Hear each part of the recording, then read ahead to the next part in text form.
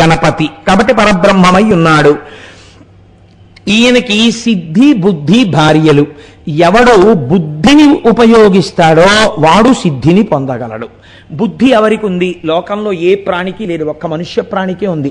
బుద్ధి అంటే నిశ్చయాత్మకము. మీరు బాగా గుర్తుపెట్టుకోండి, నిశ్చయము చేసేదాన్ని బుద్ధి అని పిలుస్తారు.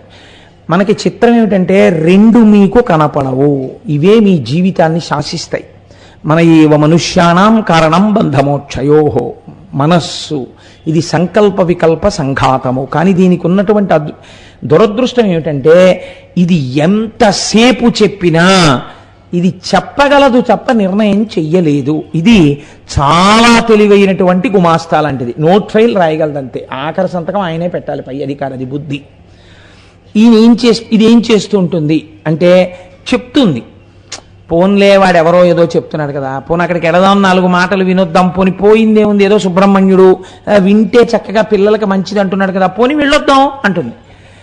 మళ్ళీ అదే ఏమంటుందంటే ఏదో అలా అంటూనే ఉంటా, అనకపోతే పెడతారండి మీరు, అందుకని వాడు అలా అంటాడు అంతే ఉతిదే. నిజంగా నేను అలా చెప్పాను అనుకోండి, నాకు ఆ ప్రారంభం ఏం లేదు, నాకు ఒకళ్ళున్నా ఇద్దరున్నా అని చెప్తే, అలా నీ సంఖ్యల కోసం ఉపన్యాసాలు చెప్పడం నాకేం అలవాట్లేదు. కాబట్టి నువ్వు అదంతా ఎందుకు, హాయిగా టీవీ చూడు అని అదే చెప్తుంది. ఇప్పుడు టీవీ చూడాలా ఉపన్యాసానికి వెళ్ళాలా ఎవరు నిర్ణయించాలి? రెండు మాటలు విని నిశ్చయం చేసేది ఏది ఉందో అది బుద్ధి. అందుకే మన శాస్త్రాలు ఎంత గొప్పవో తెలుసా అండి. ఏమడుగుతామంటే మనం ధియో యోన ప్రచోదయాత్, ధియో యోన ప్రచోదయాత్. గాయత్రి చేయడం అంటే అదే. అమ్మా నా బుద్ధిని ప్రచోదనము చేసెదవుగాక, నా బుద్ధిని ప్రచోదనము చేసెదవుగాక. నిర్ణయం చేస్తుండు, ఎప్పుడు నీవేపే ఉండేట్టు, నీ గురించి పలికేటట్టు నా బుద్ధిని నిర్ణయం చెయ్యి. ఇందులో హాయి ఉంది, ఇందులో సంతోషం ఉంది, ఇందులో ఆనందం ఉంది అని నిశ్చయం నా బుద్ధి చేసేటట్టు దాన్ని ప్రచోదనం చెయ్యి అని అడుగుతారు. కాబట్టి ఇప్పుడు ఈ బుద్ధి నిర్ణయాత్మకమైన శక్తి. బుద్ధి ఎటు నిర్ణయం చేసి తిప్పితే దాన్ని బట్టే మీ సిద్ధి. బుద్ధి గడ్డి తింది అంటారు మన వాళ్ళు, అందుకే వాడి బుద్ధి గడ్డి తిందండి అంటారు. బుద్ధి గడ్డి తినడం ఏమిటి? అది ఏమైనా భోజనానికి వచ్చి కూర్చుందే అంటే బుద్ధి అక్కరలేని విషయాల వైపు వెళ్ళమని నిర్ణయం చేసింది. ఏమైపోయాడు? పాడైపోయాడు. బుద్ధి సక్రమమైన నిర్ణయము చేసింది. ఇప్పుడు ఏమవుతాడు? ఆయన బాగుపడిపోతాడు. కాబట్టి ఇప్పుడు మనస్సుని బుద్ధి చూడ్డం రావాలి. బుద్ధి సాక్షిగా ఉంటూ ఆహా నన్ను ఇలా పడగొడదాం అనుకుంటున్నావే అని అది చెప్పిన వ్యతిరేకమైన సలహాని త్రోసి రాజని మంచి వైపుకు వెడతాన్ని నిర్ణయం చెయ్యగలిగినది ఏదో అది బుద్ధి. అలా కాకుండా చెడు వైపుకి చేసింది అనుకోండి. మీరు ఒక విషయం ఆలోచించండి, తప్పులు చేసిన వాళ్ళందరూ కూడా సంతోషంగా ఉన్నారని మీరు అనుకుంటున్నారా? ఆవేశంలో నిర్ణయాలు చేసుకోవడానికి బుద్ధిని అలవాటు చేసేస్తే అది జీవితంలో ఎక్కడో అక్కడ ఒక ఆవేశపూరితమైన నిర్ణయం తీసుకుంటుంది. ఆవేశమునందు నిర్ణయం చేయడం అన్నది అసలు అలవాటు లేకుండా మీరు చూడాలి. అందుకే interviews are meant for that. Written టెస్ట్లో ర్యాంక్ నెంబర్ 1 వస్తే ఇంటర్వ్యూ ఎందుకండి? Interview is meant for evaluating the inner view. ఆవేశంగా ఉంటాడా, లేకపోతే కొంచెం ఆలోచన చేస్తాడా? నాకు ఎన్నో మార్లు అనిపిస్తుంది నా జీవితంలో నేను ఇది అలవాటు చేసుకోగలనా అని ఒక విషయం. పరమాచార్య స్వామి వారికి ఒక అలవాటు ఉండేది. పరమాచార్య స్వామి ఎదురు వాళ్ళు మాట్లాడుతుంటే మధ్యలో మాట్లాడరు అసలు. He gives a patient hearing. ఆయన వింటారు, ఎంతసేపు అయినా వింటారు. విన్న తర్వాత వెంటనే జవాబు ఆయన చెప్పరు. జీవితాంతం పరమాచార్య స్వామి అమలు చేసినటువంటి విధానం. ఎన్ని తక్కువ మాటలలో ఎంత ఉద్రేకం లేకుండా నేను దీనికి స్పష్టంగా రాజీ లేకుండా నా మనోగతమైన అభిప్రాయాన్ని ఆవిష్కరించగలను. ముందు నవ్వుతారు, ఆ తర్వాత చాలా సూక్ష్మంగా మాట్లాడతారు. తక్కువ మాటలు మాత్రమే వాడతారు, వాడి జవాబు చెప్తారు అంతే. మీకు అది ఒక ఉపనిషత్. చాలా కష్టం అండి, జీవితంలో అది రాదు. మనం లొల్లి మాటలు ఎన్నో చెప్పలేం లేచిన దగ్గర నుంచి, అలా మాట్లాడుతూనే ఉంటాం. ఇది ఒక ప్రమాదకరమైన పోకడ. అసలు మౌనంగా ఉండడం కానీ, ఒక గ్రంథపఠనం చేయడం కానీ, ఒక సద్వస్తువు గురించి వివేచన చేయడం కానీ, ధ్యానం చేయడం కానీ మనకు అలవాటు ఉండదు. మనం అలా మాట్లాడుతూనే ఉంటాం, ఏదో ఒకటి పక్కవాడితో అలా ఏదో మాట్లాడుతూ ఉండాలి. అలా మాట్లాడుతూ పోతే ఏమవుతుందో తెలుసా అండి, అసలు బుద్ధికి నిర్ణయం చేసేటటువంటి స్థితి పోతుంది. పోయి మనస్సు ఏది చెప్తే దాన్ని వింటుంది. మనస్సు ఆవేశకావేశములకు లోనయ్యేది మనస్సే. అది మంచి కోపంలో ఒక నిర్ణయానికి వచ్చింది అనుకోండి, వస్తే అది ఎలా చెప్తే అలా చేస్తుంది అంతే. అలా చేసేసి జీవితాంతం బాధపడిన వాళ్ళు ఎందరో ఉంటారు. తప్పులు చేసిన వాళ్ళందరూ సంతోషంగా ఉన్నారని మీరు అనుకోకండి. ఆనాడు చేశానండి ఆవేశంలో, కొంతమంది తొందరపడి రాజీనామా చేస్తారు, జీవితాంతం విచారిస్తారు. కొంతమంది తొందరపడి ఎవరినో మాట అంటారు, జీవితాంతం విచారిస్తారు. మీకు ఒక దెబ్బ కొట్టినా క్షమింపబడుతుందేమో, ఒక్క మాట మీరు తొందరపడి అనేశారనుకోండి అంతే, ఇంకా జీవితంలో ఇక మళ్ళీ వారిని మీరు కలవలేరు. మాట అత్యంత ప్రమాదకరం, చాలా జాగ్రత్తగా ఉండాలి. ఇది దేనివల్ల వస్తుంది? బుద్ధిని నిర్ణయం చేసుకోవడానికి తగిన అవకాశం ఇవ్వడం మీరు చూస్తూ ఉండాలి. అన్నిటికన్నా గొప్పది అది, దానికి అవకాశం ఇవ్వాలి. మీరు చూడండి, మీరు ఏదైనా ఒక కాగితం ఆఫీస్లో మీకు పని ఉందనుకోండి, మీరు గుమాస్తాని వెళ్ళి తొందర పెట్టగలరు. ఏమంటే మాకేదో పని ఉందండి, మీరు తొందరగా కొంచెం ఆ ఫైల్ పెట్టేయండి అని. ఫైల్ పెట్టేసిన తర్వాత గుమాస్తా ఆ ఫైల్ పట్టుకుని లోపలికి వెళ్ళడానికి అనుమతి ఇవ్వరు. అందుకే అధికారి దగ్గరికి ఎంతో అవసరం అయితే తప్ప ఫైల్ పట్టుకుని లోపలికి వచ్చి మాట్లాడడానికి ఉండదు. వచ్చిన కాగితం ఏమిటి, నీ మనోభిప్రాయం ఏమిటి, you should make a note of it, that's all. మీరు నోట్ రాసి ఆ ఫైల్ ఇచ్చేయాలంతే అధికారికి. అధికారి దగ్గరికి వెళ్ళి మీరు తొందరగా సంతకం పెట్టేయండి సార్ దీని మీద అంటే గెట్ లాస్ట్ అంటాడు. ఆయన వరుస క్రమంలో చూస్తాడు, ఆయనకు అనుమానం వచ్చింది అనుకోండి కట్టేసి పక్కన పారేస్తాడు, ఇంటికి కారులో పట్టవా అంటాడు. ఆయన చాలా మెల్లగా చూస్తాడు, చూసి ఒకసారి ఆయన సంతకం పెట్టారనుకోండి, పెడితే ఇంకా తర్వాత దేనికైనా ఆయనే రెస్పాన్సిబుల్. కాబట్టి ఆయన ఏం చేస్తారు, అంత తొందరగా పెట్టరు. మీరు ఆయన ఛాంబర్లోకి వెళ్ళి మీరు పెట్టేయండి అనలేరు మీరు. అందుకే ఆయనకు అధికారం, అందుకే ఆయనకు ఛాంబర్, అందుకే ఆయనకు అంత గౌరవం. లోపలికి వెళ్లకుండా ఓ మనిషి అడ్డు, మీ యందు కూడా ఉన్నాడు అలాంటి అధికారి, అదే బుద్ధి. మీరు బయట ఇంత గౌరవం ఇస్తున్నారే అందరికీ, మీ బుద్ధికి మీరు ఎందుకు ఇవ్వరా గౌరవం? నిర్ణయించుకోవడానికి ఒక విషయాన్ని బాగా ఆలోచనకు అవకాశం ఇచ్చి అప్పుడు మీరు ఆ బుద్ధి చేత నిర్ణయం చేయడానికి అవకాశం ఇవ్వాలి. ఇంకా రెండో ప్రక్రియ ఏమిటో తెలుసా అండి, ఎవరో ఒక పెద్దని మీరు నమ్మాలి జీవితంలో. అది పెద్ద తలకాయ, అది నన్ను రక్షించి తీరే తలకాయ, అది నన్ను పాడు చేయదని నమ్మాలి. మీరు నిర్ణయించిన తర్వాత కీలకమైన విషయాలైతే మీరు మళ్ళీ వాళ్ళకి నివేదించాలి. అయ్యా ఇలాంటి సమస్య వచ్చిందండి, ఇలా చేద్దాం అనుకుంటున్నాను, మీరు వెంటనే చెప్పకండి, మీరు బాగా ఆలోచించండి అని చెప్పాలి. మీరు ఆలోచించి చెప్పండి నాకని చెప్పాలి. వారు కూడా దానికి పదును పెట్టి మీరు ఇలా చేయండి అన్న తర్వాత సాధక బాధకములను ఆలోచించుకుని చక్కగా మీరు ఒక నిర్ణయం చేసుకుని జీవితంలో అమలు చేసుకోవడానికి అలవాటు పడి ఉన్నారనుకోండి, చాలా హాయిగా ఉంటుంది జీవితం. అందుకే మీరు చూడండి, బుద్ధితో చేసిన నిర్ణయం ఇంకా అలాగే కీర్తిని తీసుకొచ్చిస్తుంది. మీకు నేను ఒక ఉదాహరణ చూపిస్తాను. గణపతి ఆరాధనము చేత మంచి బుద్ధి వచ్చి సిద్ధిని పొందడమే ఆయనకి సిద్ధి బుద్ధి భార్యలై ఉండడం, ఆ అనుగ్రహం మీ యందు ప్రసరింపబడ్డాం. మీరు చూడండి, ప్రపంచంలో చామరీ మృగానికి అన్నిటికన్నా ఇష్టం ఏమిటంటే దాని తోక అంటే దానికి ఎంత ఇష్టం. అలాగే నెమలికి అన్నిటికన్నా ఇష్టం దాని పింఛం. అన్నిటికన్నా ఏనుగుకి ఇష్టమైంది తన యొక్క దంతం. ఎంతో తెల్లగా ఉంచుకుంటుంది దంతం. మీరు ఆలోచించండి, ఏనుగు దంతం దేనికి పనికొస్తుంది? వీరప్పని చంపడానికి పనికొస్తుందేమో, నవలడానికి పనికొస్తుందా? ఏమీ పనికిరాదు, ఇలా బయటికి వచ్చి ఉంటుంది తొండం పక్క నుంచి.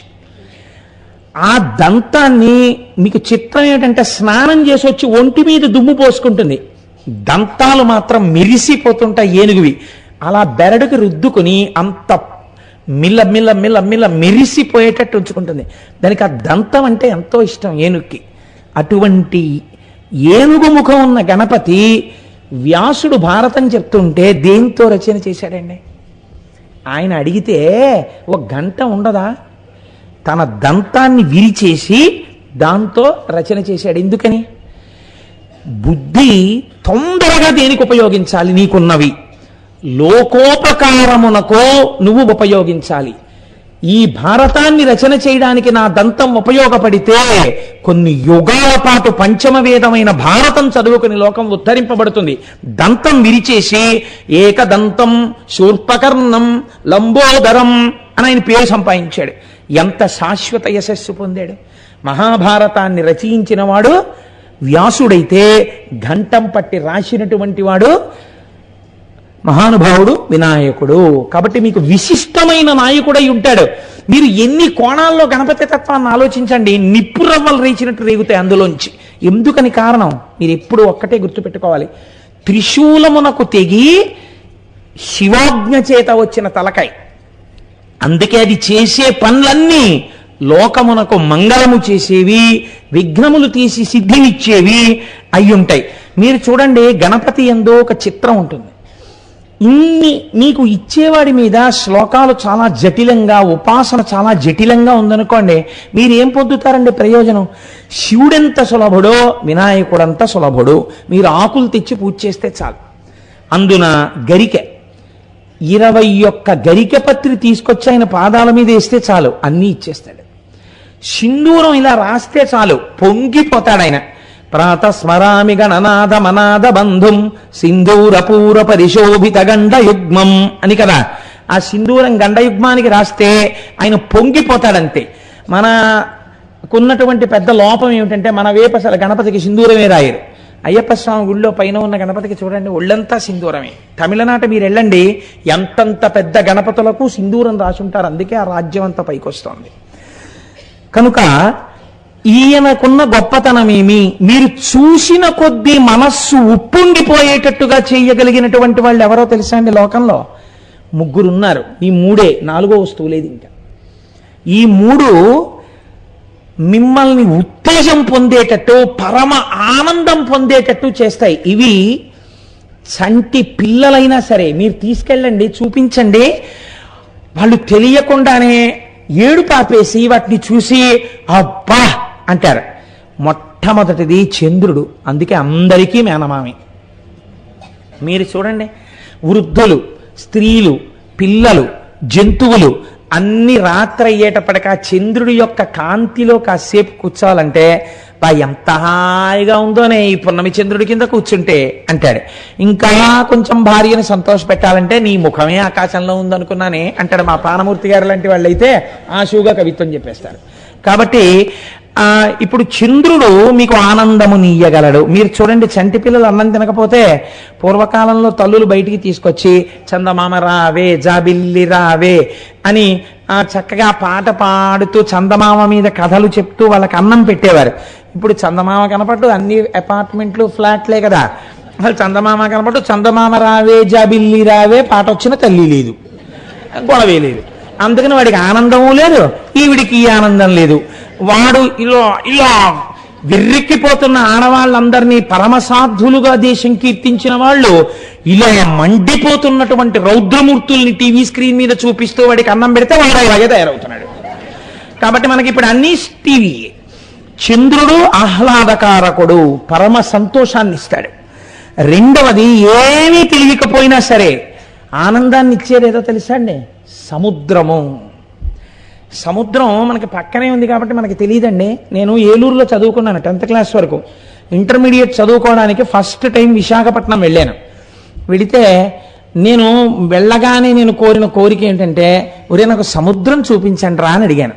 అడిగితే మా బాబాయ్ గారు అబ్బాయి ఉండేవాడు. వాడు నిన్ను ఒరే నీకు సముద్రం చూపిస్తాను రారా అని తీసుకెళ్తున్నాడు. తీసుకెళ్తుంటే ఆ సముద్రానికి ఇంకా అక్కడెక్కడో ఉంది సముద్రం. ఇక్కడికి వచ్చేటప్పటికే హోరు, ఒక రకమైన పెద్ద హోరు. రే ఏమిట్రా హోరు? సముద్రపు హోరు అన్ని నీకు విచిత్రమే, మేము రోజు చూస్తుంటాం, రా దగ్గరికి చూద్దుగానే అన్నాడు. నేను మొట్టమొదటిసారి నా జీవితంలో సముద్రాన్ని చూసిన అనుభూతి ఇప్పటికి మర్చిపోను. మొట్టమొదట సముద్రం కనపడగానే కన్ను ఎంత దూరం వరకు ఉంటుందో అంత దూరం నీళ్లు, దాని మీద ఓడలు, ఇటు పక్కన కొండ, దానికి పైలెట్గా వెడుతున్నటువంటి పడవలు ఇవన్నీ చూసేటప్పటికి కాళ్ళు ఆగిపోయి ఒక్కసారి ఆ సముద్రాన్ని చూసేటప్పటికి ఒక రకమైన పొంగు వచ్చేసింది. మీరు చూడండి, అందుకే కాసేపు బీచ్కి పోదాం ఏంటని కొన్ని వేల మంది బీచ్కి పోతుంటారు సముద్రం ఉన్నవాళ్ళు. ఆ బీచ్లో కూర్చున్న సముద్రాన్ని చూస్తుంటే చాలు, ఆ కెరటాలు లేచి వస్తూ పడుతూ పిల్లలు ఆడుకుంటూ పరిగెడుతూ ఎంత ఆనందంగా ఉంటుందో. సముద్రం మీకు ఆనందాన్ని ఇస్తుంది. మూడోది ఏదో తెలుసా అండి సృష్టిలో? ఏనుగు. మీరు వెంకటాచలం వెళ్ళండి, ఏనుగు ఇలా తొండం ఊపుతూ అక్కడ నించుందనుకోండి, ఆ ఏనుగని వెళ్ళిపోరు పిల్లలు. నాన్నగారండి ఏనుగండి నాన్నగారండి. ఇప్పుడైతే ఏనుగు అంటలేదనుకోండి, ఎలిఫెంట్ నాన్నగారండి, ఎలిఫెంట్, టస్కర్, దంతాలు ఉన్నాయంటారు. అంటే ఓసారి అక్కడ ఆగి దానికి ₹1 ఇస్తే మావటి వాడికి ఇచ్చేసి అది ఇలా గుండు మీద చక్కగా ఆశీర్వచనం చేస్తుంది. ఆ ఏనుగు తొండం, ఆ తొండంతో అది చెరుకు తీసుకుని విరిచి నోట్లో పెట్టుకోవడం, ఆ మింగడం, అదేంటి ఆ పెద్ద పెద్ద వెలగపళ్ళు కూడా మనందరం ఇలా తింటాం. ఏనుగు ఒక్కటి ఇలా తింటుంది, నోరు కిందకు ఉంటుంది. అది ఇలా తొండం ఊపి ఇంత గడ్డి చక్కగా తీసి ఇలా సున్నా చుట్టినట్టు చుట్టి ఇలా అని పట్టుకుంటుంది చక్కగానే, పరకలు పడిపోకుండా ఇలా అని ఆ పరకలు పట్టుకుని ఒక కట్టలా ఎత్తి అలా నోరు తెరిస్తే ఇలా ముందుకు త్రిభుజాకారపు ప్రొజెక్షన్ ఉంటుంది, అందులోంచి నాలుక కనపడుతుంటుంది. అందులోకి అలా తోపుకుని తొండం వదిలేస్తే అని ఆ గడ్డి అంతటిని ఇలా మింగేస్తుంటే, అలా మీరు చూస్తుంటే ఏనుగు తినడం, ఏనుగు నడవడం, ఇంతంత కాళ్ళు అంతంత గోళ్ళు ఆల్చిప్పల్లాగా, దాని కుంభస్థలం, మావటి మాట వినడం, మనకి చాలా చిత్రంగా ఉంటుంది. ఏనుగుని చూస్తే చాలా సంతోషం కలుగుతుంది కదండి. అందుకని మీరు గణపతి పూజ ఏం చేయాలి? ఆయన్ని చూస్తూ కూర్చుంటే చాలు. అందుకే మీకు లోకంలో ఆబాల గోపాలం అనగా పిల్లలతో సహా ఇష్టపడే దేవతా స్వరూపాలు రెండే ఉన్నాయి. ఒకటి గణపతి, రెండు హనుమ. మీరు చూడండి, కోతి కనపడింది అనుకోండి, నాన్నగారండి హనుమాన్ అని పిల్లలు దండం పెట్టేసి సంతోషపడిపోతారు. సుందరకాండ, హనుమంతుడి చేష్టితములు రామాయణంలో చూపిస్తుంటే, హనుమంతుడి కథలు వింటుంటే ఎంత ఇష్టమో. చిన్నతనంలో మా పిల్ల అన్నం తినకపోతే, అమ్మ అన్నం తినంటే, నాన్నగారండి ఒక్కసారి మధుబన భంజనం అనడం దానికి రాదు, నాన్నగారండి ఆ కేచిత్ పాడితే తింటాను. గాయంతి కేచిత్, ప్రణమంతి కేచిత్, నృత్యంతి కేచిత్, ప్రహసంతి కేచిత్, పతంతి కేచిత్, ప్రలపంతి కేచిత్ అని మధుబన భంజనం మీరు శ్లోకాలు చెప్తుంటే అది పెద్ద పెద్ద నవ్వులు నవ్వి ముద్దలు మింగేసేది. కాబట్టి పిల్లలకి కూడా హనుమ అన్న గణపతి అన్న ఎంత ఇష్టమో చెప్పలేము. కాబట్టి ఇప్పుడు ఈశ్వరుడు ఎంత ఉదారుడో చూడండి. ఆయన ఎంత ఉదారుడో మనకి విఘ్నాలు తీయడానికి తన కుమారుడికి కూడా అటువంటి తలకాయ పెట్టాడు. మంగళప్రదమైంది. మీరు ఎప్పుడు చూసినా ఏనుగు తలకాయ కనపడితే అది మంగళప్రదం. ఆఖరికి కలలోకి ఏనుగు వచ్చినా సరే మంగళప్రదం. అది ఆ పరమ శుభప్రదమైనటువంటి స్వప్నం. కాబట్టి ఇప్పుడు మీరు ఆయన్ని పూజ చేయడం మీకు ఎంతో మంగళప్రదం. ఇంట్లో చక్కటి గణపతి ఫోటో ఒకటి ఉండి మీరు రోజు కాసేపు ఆ గణపతి ఫోటో వంక అలా చూస్తున్నారనుకోండి, రేపు మీకు మనవడు పుడతాడు. ఇందులో చాలా మందికి పుట్టే ఉంటారు. ఆ మనవడు తొడ మీద కూర్చుని తాతగారండి ఆయన ఎవరండి, తాతగారండి ఆ తొండం ఏంటి తాతగారండి అని అందులో పిల్లలు దగ్గరికి వెళ్ళి ఇలా వేలు పెట్టి చూపిస్తారు చిన్ని వేళ్లతోటి. ఇదేంటి తాతగారండి, తిరుపతిలో చూసిన తొండం ఈయనకుంది, ఈయనేంటి తాతగారండి అంటే, మీరు ఆ తొండం గురించి అగజానన పద్మార్కం గజానన మహర్నిశం అనేకదంతం భక్తానాం ఏకదంతముపాస్మహే. ఆ ఒక్కదంతం ఉన్నవాడున్నాడే వాడు అగజానన పద్మార్కం. పర్వతరాజపుత్రి అయిన పార్వతీదేవి యొక్క ముఖమనబడేటటువంటి పద్మము అరవిరిసేటట్టుగా చేయగలిగిన సూర్యుడురా. పొంగిపోతుంది అమ్మవారు ఆయన్ని పొగిడితే. అమ్మ శక్తినిస్తుందిరా, నీకు చదివిస్తుందిరా. అనేకదంతం కాదు దాని అర్థం, అనేకదంతం. నీకు అనేక కోర్కెలను ఏకకాలమునందు ఇయ్యగలిగినటువంటి వాడు. భక్తానాం భక్తులకు, ఏకదంతం ఒక్కదంతం ఉన్నవాడిని ఉపాస్మహే ఉపాసన చేయుచున్నాను. ఎప్పుడు? సర్వకాలములయందు అని మీరు ఆయన్ని చూసి పడుకున్నారనుకోండి, ఏనుగు కల్లోకి వస్తే అదృష్టవంతులు మీరు. కనుక అటువంటి స్వరూపం ఉన్నటువంటి వాడు. మీరు చూడండి, అన్నిటికన్నా చిత్రం ఏమిటంటే గణపతి స్వరూపంలో ఎలుక వాహనం. ఈయన శరీరం అంతా ఎలుకేమో వాహనం. నేను లూనా ఎక్కితేనే ఎలా ఉంటుందో అలా ఉంటుంది గణపతి ఎలుక మీదకి ఎక్కితే. అయితే ఎలుక వాహనం ఏమిటండి, మన వాళ్ళకి తెలీదా? ఏమిటి ఋషులు పెట్టేటప్పుడు అయ్యో ఈయనకి ఏమైనా కాస్త పెద్ద వాహనం ఇద్దామని చెప్పి లోకంలో కాస్త పెద్ద శరీరం ఉన్న ఏ ఖడ్గమృగం లాంటి దానిలో తీసుకొచ్చి పెట్టచ్చు కదా. పెట్టకుండా ఎలకని పెట్టారేమిటి అంటే మనం ఏమనుకుంటామంటే ఋషులకి తలకాయ లేదండి పాపం అనుకుంటాం. ఆ వెనకటికి ఒక ఆయన ఒక విషయం చెప్తుండేవారు. మ్యాథమెటిక్స్ బాగా నేర్చుకున్న ఆయన, ఒక ఆయన లెక్కలు బాగా నేర్చుకున్న ఆయన మంచి వేసంకాలంలో వెళ్ళిపోతూ ఓ మర్రి చెట్టు కింద పడుకున్నట్ట. పడుకుని చల్లటి గాలికి కునుకడుతోంది. అలా పైకి చూశాడు, ఇంతంత మర్రికాయలు ఉన్నాయి. ఆయన అనుకున్నట్ట, పాపం the God is poor in law of proportions.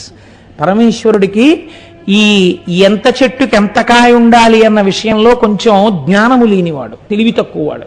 అందుకే ఇంత గుమ్మడి పాదుకి ఇంత గుమ్మడికాయ పెట్టాడు, ఇంత పెద్ద మర్రి చెట్టుకి ఇంత కాయ పెట్టాడు. ఆ గుమ్మడికాయ ఇక్కడ ఉండాలి, ఈ మర్రికాయ అక్కడ ఉండాలి. ఆయన తప్పు చేశాడు, ఈశ్వరుడికి లెక్కలు రావు అనుకుని ఇలా కన్ను మూసేట. ఓ మర్రికాయ వచ్చి నిధుడి మీద పడింది. ఆయన లేచి అన్నాడు, ఈశ్వరుడికి లెక్కలు రావడమే కాదు పరమదయాడు, గుమ్మడికాయ ఉంటే నేను చచ్చిపోయి ఉండేవాడిని అన్నాడు. కదండి, అది నీడనిస్తుంది, నలుగురు చేరుతారు. అందుకని దానికి గుమ్మడికాయలు ఈశ్వరుడు పెట్టలేదు. ఈశ్వరుడికి లా ఆఫ్ ప్రపోర్షన్స్ రాక కాదు, ఆయన ఎప్పుడు ఏది చేసినా అందరి సంక్షేమాన్ని ఆలోచిస్తుంటాడు తండ్రి కాబట్టి. కనుక అటువంటి వాడు అని వెంటనే సంతోషించేట. అలా భగవంతుడు కూడా మనకు అంత తేలికైనటువంటి స్వరూపాన్ని ఉపాసన చెయ్యడం కోసం ఇచ్చి మరి ఎలుకని వాహనంగా ఇవ్వడం ఏమిటి అంటే, ఎలుక దొంగతనానికి ప్రతీక, మనతో పాటే ఉంటుంది. మన వస్తువులన్నీ ఎత్తుకుపోతుంటుంది. ఎత్తుకుపోతే గొడవ వదిలిపోతుందండి అక్కడతో. దానికి ఉన్న చాలా సంతోషకరమైన అలవాటు ఏమిటో తెలుసా అండి? నేను ఏలూరులో ఒకసారి మా అన్నయ్య ఇంటికి వెళ్ళాను. దిక్కుమాలిన అనుభవాలన్నీ నాకే ఉంటాయో ఏమిటో లోకంలో. నేను మొట్టమొదటిసారి విమానం ఎక్కాను. ఒకసారి నాతో చాలా మాటలు విమానం ఎక్కడం అలవాటైనటువంటి మోహన్ గారు ఎక్కారు. ఎక్కితే మేమిద్దరం కలిసి హైదరాబాద్ నుంచి విశాఖపట్నంలో విమానం దిగిపోదామని బొంబాయి నుంచి వస్తూ హైదరాబాద్లో విమానం ఎక్కి విశాఖపట్నం వెళ్ళాం. ఆ విమానం విశాఖపట్నం మీద చక్కర్లు కొట్టి వెనక్కి తిరిగిపోయి అనౌన్స్మెంట్ వచ్చింది, విశాఖపట్నంలో ఎయిర్పోర్ట్ కనపట్టలేదు, అందుకని విమానం మళ్ళీ హైదరాబాద్ వెళ్ళిపోతుందని చెప్పింది. ఆయన అన్నారు, నేను ఇన్ని 100 మార్లు ఎక్కారు కానీ నాకు ఇలాంటి అనుభవం లేదు, కోటేశ్వర మొదటిసారి మీకు ఇన్ని అనుభవాలు ఏమిటన్నారు. అలా ఇలాంటివన్నీ నాకే చెప్తుంటాడో ఈశ్వరుడు. నేను ఒకసారి ఏలూరులో మా అన్నయ్య ఇంటికి వెళ్ళి వాడి ఇంట్లో అన్నం తింటే ఎక్కడ చూసినా ఇల్లు తొంగి చూస్తే ఎలకలే, దిక్కుమాలని ఎలకల. నేను పోండే మన ఏం చేస్తాయిలే అని శుభ్రంగా ఏదో నేను తినేసేది నేను తినేసి మీకు అమరిస్తాను ఏమిటని నా భోజనం నేను చేసి పడుకున్నాను. పడుకున్నప్పుడు వాడు చెప్పకపోయినా గొడవ వదిలిపోయేది. వాడు అన్నాడు, ఉరాయ్ జాగ్రత్త అని రాత్రి పడుకున్నప్పుడు అన్నాడు. ఏ అన్నాను అంటే, ఎలకలు రాత్రుళ్ళు వేళ్ళు కొరికేస్తాయి రోయ్ అన్నాడు. అంటే ఇంకా చాలు, ఆ ఒక్క మాట చాలు, ఇంకేం నిద్రపడుతుంది. వెనకటికో గురువు గారు ఒకడు వచ్చి శిష్యుడు తినేస్తున్నట్ట, నాకు ఎల్లైనా సరే లబ్ధి చేకూరేటట్టుగా ఓ మంత్రం ఇవ్వండి అని. ఇంకా విసిగిపోయి, నీకో మంత్రం ఇస్తున్నాను, రోజు 108 మాటలు జపించు. 108 మాటలు జపించినప్పుడు కోతి ఒక్కసారి గుర్తొచ్చినా మంత్రం ఫలించడు. వాడికి 108 చేద్దామని కూర్చోగానే ముందు కోతే గుర్తొచ్చేది, గుర్తు రాకూడదని. కాబట్టి ఎప్పుడు గురువు గారి దగ్గరికి వెళ్ళడం, నాకు ఈ కోరిక తీరలేదని. కోతి గుర్తు రాకుండా మంత్రం చేస్తే కదా అలా. కాబట్టి ఇప్పుడు ఈ ఎలుక దొంగతనానికి ప్రసిద్ధి. దిక్కుమాలిన నెలకు అన్ని ఎత్తుకుపోతూ ఉంటుంది ఆ ఇంట్లోంచి. దానికి అవసరము లేదు, అనవసరము లేదు. చిన్నప్పుడు మా అమ్మ నాగుల చవితి చేసి ఇంట్లో నాగేంద్రుడిని పెట్టి పూజ చేస్తే నాగేంద్రుడు ఎత్తుకుపోయేది. నాగేంద్రుడు ఎలకని ఎత్తుకుపోవాలి, ఎలక నాగేంద్రుడిని ఎత్తుకుపోయేది. ఆ తర్వాత ఏదో అది డ్రై అయిపోయిన తర్వాత శుభ్రంగా పాలు గీలు నాకేసి వదిలిపెట్టేస్తుండేది అనుకోండి. కాబట్టి ఎలుక దొంగతనమునకు ప్రసిద్ధి ప్రధానంగా.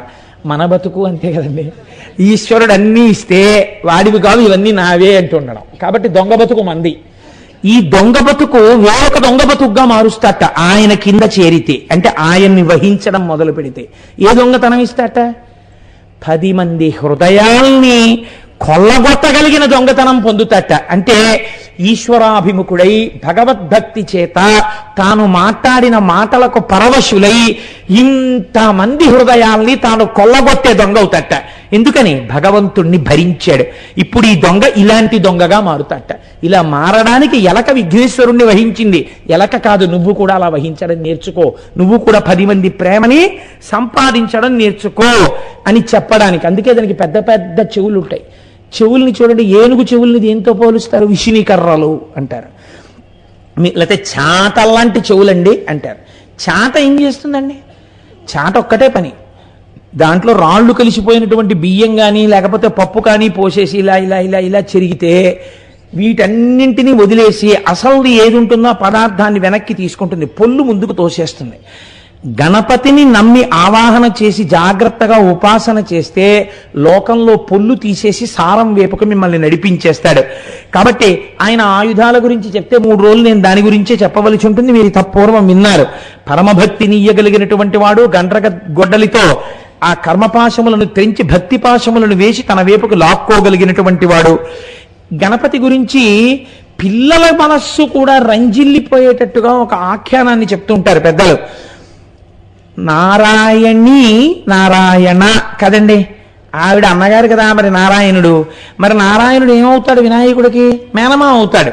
పిల్లలు సెలవులిస్తే ఎవరింటికి వెడతారు? మామయ్య ఇంటికే పెడతారు. మేనమా వల్ల ముద్దు మేలైన ముద్దు తాతలకు తా ముద్దు తాను అబ్బాయి. మేనమామ గారి ఇంట్లోనే తాతగారు కూడా ఉంటారు.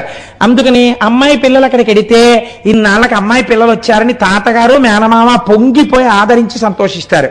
కాబట్టి మామయ్య ఇంటికి వెళ్ళాడు రోజున. పెడితే పాపం ఏదో శ్రీ మహావిష్ణువు పనిలో ఉన్నారు. ఆయన పనిలో ఉండి ఏదో ఒక్కసారి ఆ చక్రం అక్కడ పెట్టారు. ఈయన ఏం చేశాడు, అటు ఇటు చూసి ఇదేదో బాగానే ఉందని తొండంతో తీసి అలా నోట్లో పెట్టుకుని గుటుక్కుని మింగేశాడు. ఆ చక్రం లోపలికి వెళ్ళిపోయింది. ఆయన అట్నుంచి వచ్చి ఇట్నుంచి వచ్చి గబుక్కులను రాక్షస సంహారం చేయడానికి ఎక్కడుంది చక్రం అని వెతికారు, కనపట్టలేదు. ఈయన నవ్వుతున్నారు కూర్చుని. అమ్మమ్మమ్మ పిడుగా మింగేశాడు రా మేనల్లుడు, ఎలా ఈ చక్రం తెప్పించడం అని చూశారట. చూసి మేనల్లుడు కొట్టలేరు, తిట్టబోతే అక్క కూతురు, కొట్టబోతే గర్భిణి, అలాంటి చందం అయిపోయింది ఆయనకి. అందుకని పాపం ఇప్పుడు ఆయన ఏం చేయలేక 4 చేతులతో 2 చెవులు పట్టుకుని గుంజీలు తీశారట వినాయకుడి ముందు. గుంజీలు తీయడం అంటే ఏమిటో వినాయకుడు చూడలేదు అప్పటిదాకా. మొట్టమొదటిసారి మామయ్య గుంజీలు తీస్తుంటే చెవులు పట్టుకుని, మామయ్య అదేంటి ఆ లేవడం ఏంటి, కూర్చోవడం ఏంటి, ఆ చెవులు అట్టుకోవడం ఏమిటని పొర్లి నవ్వడం మొదలెట్టేట కింద పడి. ఈ నవ్వడంలో హుప్ అన్నాడు. ఒక్కసారి ఆ చక్రం బయటికి పడిపోయింది. గభాలన శ్రీ మహావిష్ణువు గుచ్చేసుకున్నారు. అందుకని మేనమామ నాట పట్టించిన వాడు అని ఆయనకు ఒక పేరు. పిల్లలు చాలా సంతోషంగా వింటారండి గణపతి కథలు మీరు చెప్తే. అలాగే మనకి తమిళనాట ఒక విచిత్రమైనటువంటి వృత్తాంతం చెప్తుంటారు. అక్కడ అవ్వయ్యార్ అని ఒక వృద్ధురాలు. అవ్వయ్యార్ గురించి చంద్రశేఖర పరమాచార్య స్వామి ఎక్కువ మాట్లాడుతుంటారు. అవ్వయ్యార్ గణపతి ఉపాసన చేసేది. ఆవిడ ఉపాసన చేసేటప్పుడు ఆ అవ్వయ్యార్ వినాయకుడిని పూజ చేస్తోంది. ఈలోగా రాజుగారు, చేరరాజుగారు అనబడేటటువంటి ఆయన, సుందరమూర్తి అనబడేటటువంటి ఒక నాయనారు వచ్చి, మేము కైలాసం వెళ్ళిపోతున్నాం గుర్రాల మీద, నువ్వు వస్తావా అలా తీసుకుపోతామన్నారు. అంటే ఆవిడంది, నేను వినాయకుడు పూజ చేసుకుంటున్నాను, నాకు కైలాసం కన్నా వినాయకుడి పూజ ఎక్కువ, మీరు వెళ్ళిపోండి అండి. వాళ్ళు వెళ్ళిపోయారు. ఈవిడ పూజ అయిపోయింది. ఆ తర్వాత పాపం ఈవిడ కాళ్ళు చాపుకుని అవ్వ కదా అనుకుంది, అయ్యో వాళ్ళు కైలాసం తీసుకెళ్తానంటే వెళ్లకుండా మానేశాను, ఈ పాటికి చక్క కైలాసంలో ఉందని శంకరుడు కొలువులో ఇక్కడ ఉండిపోయాననుకుంది. ఉపాసన చేసిన గణపతి ఉన్నారు కదా, ఆయన గభాలన వచ్చి ఓ ఘీంకారం చేసి తొండంతో ఆవిడ్ని చుట్టి పట్టుకుని ఇక్కడి నుంచి తొండం ఎత్తి అక్కడ కైలాసంలో కూర్చోబెట్టారు. ఇక్కడి నుంచి ఇంకా చేరరాజు గారును ఆ తర్వాత ఆ సుందరమూర్తి ఇంకా కైలాసం చేరలేదు, అవ్వ అక్కడికి చేరిపోయింది. పాప ఆవిడకి మోకాళ్ళ నొప్పులు. ఆవిడ నేను రోజు పూజ చేసే శంకరుడే కదా, కొత్తతనం ఏముందని ఆయన వైపు కాళ్ళు దాపు కూర్చుంది. పార్వతీదేవికి కొంచెం బాధేసింది. ఏమిటి బొత్తిగా ఆయన లోకపూజితుడు మా ఆయన ఇలా కాళ్ళు జాపు కూర్చుంది ఏమిటి అవ్వ అని చెప్పి చెలికెత్తిని పిలిచి చెవిలో చెప్పింది. అలా పెట్టకూడదు, కాళ్ళు కాస్త కాళ్ళు పక్కకి పెట్టుకోమని చెప్పండి అని. చక్కగా ఈవిడ హాయిగా కాళ్ళు జాపుకుని, ఎంత గొప్ప ఆఫీసర్ అయితే మాత్రం మా అమ్మకి మనవడే కదండి అని, ఏమిటి శంకర విశేషాలు అని ఏదో మాట్లాడుతుంది ఆవిడ. శంకరుడు అలాగే మాట్లాడుతున్నాడు. ఈ చెలికెత్త వెళ్ళి చెవిలో చెప్పింది, అమ్మ కాళ్ళు కొంచెం అటు పక్కకి పెట్టుకోండి. ఏ అంది ఆవిడ. అంటే ఎదురుగుండా స్వామి ఉన్నారు కదమ్మా, అలా పెడితే బాగుండదు. ఓహో, అయితే శంకరుడు లేని వైపుకి నువ్వే పెట్టు నా కాళ్ళు అని. ఓన్లే ముసలి ఆవిడ ఎందుకు వచ్చిందని చెప్పి ఆవిడే కాళ్ళు అట్టుకుని అటు తెప్పింది.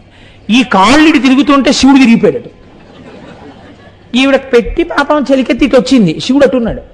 ఇదేంటి అటున్నాడు అని చెప్పి మళ్ళీ కాళ్ళు తిప్పింది, మళ్ళీ శివుడు అటు వెళ్ళిపోయాడు.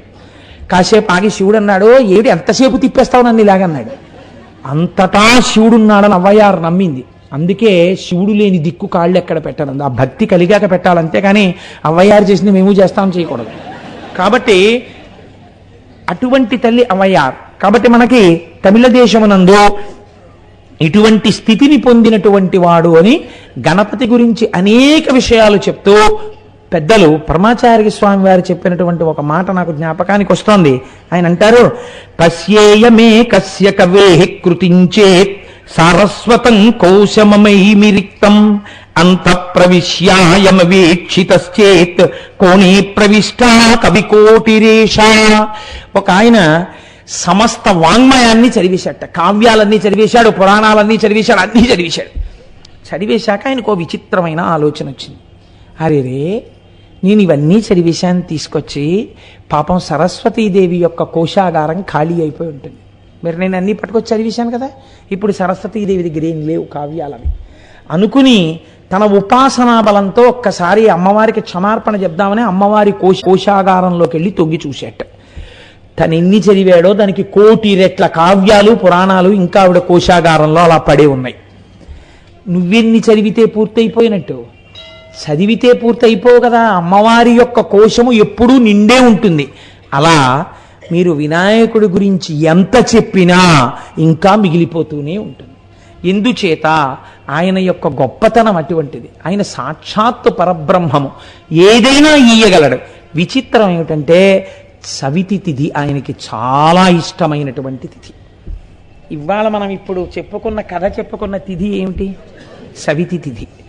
సవితి తిథి నాడు శివపురాణాంతర్గతంగా మనం వినాయకోత్పత్తిని గురించి ఇవాళ మాట్లాడుకున్నాం. ఇది కూడా ఈశ్వర సంకల్పమే.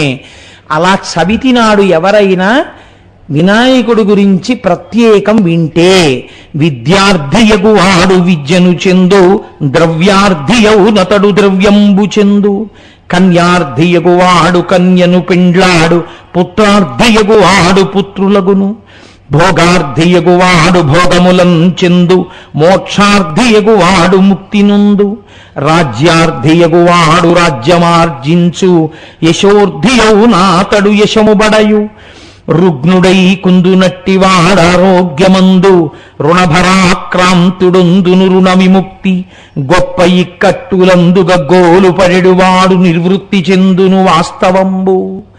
ఎవరు వినాయకుని యొక్క వృత్తాంతాన్ని చవితినాడు చేతులొగ్గి నమస్కరించి వినాయకోత్పత్తి గురించి వింటున్నారో, పరమ భక్తితో ఆ స్వామికి ఒక్కసారి నమస్కారం చేస్తున్నారో, ఇవాళ అనుకోకుండా శివపురాణాంతర్గతంగా చవితి తిథి నాడు మీరు వినాయకోత్పత్తి గురించి విన్నారు కనుక నేను మీ సౌకర్యం కోసం ఇవాళ ఒక్క 10 నిమిషాల ముందే నా ఉపన్యాసాన్ని పూర్తి చేస్తాను. మీ అందరూ ఇవాళ ఒక్కసారి పైన సింధూరార్చన చేయబడిన ప్రతిష్ఠ చేయబడిన గణపతి ఉన్నారు. మీకు సర్వ అభ్యున్నతులు కలగాలని నేను మనసారా భగవంతుణ్ణి ప్రార్థిస్తాను. చక్కగా మీరందరూ ఇవాళ ఒక్కసారి గణపతి దర్శనం చేసుకుని గృహోన్ముఖులు కండి. మీ అందరి సౌకర్యం నిమిత్తం నేను జ్ఞాపకం పెట్టుకుని ఒక 1/2 గంట ముందే నా ఉపన్యాసాన్ని పూర్తి చేస్తాను. లేకపోతే అర్థం లేదు. ఒక మంచి విషయాన్ని విని దర్శనాన్ని వదులుకోకూడదు కదా. కాబట్టి దర్శనం చేసుకుని వెళ్ళండి. కాబట్టి ఎవరెవరు ఏది కోరుకుంటున్నాడో, విద్యార్థికి విద్య వస్తుంది, ద్రవ్యార్థికి ద్రవ్యం వస్తుంది, కన్యార్థికి కన్య దొరుకుతుంది, పుత్రార్థికి పుత్రుడు పుడతాడు, భోగార్థి అయిన వాడికి భోగాలు కలుగుతాయి, మోక్షార్థికి మోక్షం దొరుకుతుంది, రాజ్యార్థికి రాజ్యం దొరుకుతుంది, కీర్తి కావాలన్న వాడికి కీర్తి వస్తుంది, ఆరోగ్యము కుదుట పడక చాలా ఇబ్బందులు పడుతున్న వాళ్ళకి ఆరోగ్యము కలుగుతుంది, రుణభారంతో ఉన్న వాడికి రుణం తొలుగుతుంది, ఇక్కట్టులలో ఉన్న వాడికి ఇక్కట్టులు తొలగిపోతాయి. గణపతి యొక్క దర్శనము చేత, గణపతి యొక్క అనుగ్రహము చేత, గణపతి యొక్క కథని వినడం చేత సమస్తము సమకూరుతాయని పెద్దలు మనకి ఫలశ్రుతిని వివరణ చేసి ఉన్నారు. కాబట్టి అంత గొప్ప స్వరూపము ఆ గజానన స్వరూపము. కాబట్టి ఇవాళ మనం శివ కుటుంబంలో ఒక ప్రధానమైనటువంటి మూర్తిని గురించి ప్రస్తావన చేసుకునే అదృష్టాన్ని పరమేశ్వరుడు మనకిచ్చాడు. మీరు చూడండి, చాలా ప్రధానమైనటువంటి మూర్తులలో ఈశ్వరావతారముల యందు కాలభైరవ అవతారం ఒకటి. చాలా గొప్ప అవతారం ఇది. మీరు అందుకే కాశీ వెళ్ళడం ఎంత గొప్పదో, కాశీ వెళ్ళి వచ్చిన వాళ్ళు కాలభైరవ పూజ అని తప్పకుండా చేస్తారు. మా ఇంట్లో కాశీ సంతర్పణ చేస్తున్నామండి, మీ అందరూ రండి అని పిలిచి చిట్ట చివర ఏం చేస్తారంటే ఒక గారెల మాల గుచ్చి ఆ గారెల మాల తీసుకెళ్ళి ఒక భైరవుడి మెళ్ళో, అంటే ఒక కుక్క మెళ్ళో వేస్తారు. వేసి కుక్కని పూజిస్తారు ఆ రోజున. కాబట్టి ఈ కాలభైరవ స్వరూపం అన్నదేది, ఎందుకు వచ్చింది, ఏ పరిస్థితులలో వచ్చింది, ఎటువంటి స్థితిలో వచ్చింది, దాని గురించి వింటే ఎంత అభ్యున్నతి కలుగుతుంది, ఎంత గొప్పతనం కలుగుతుంది.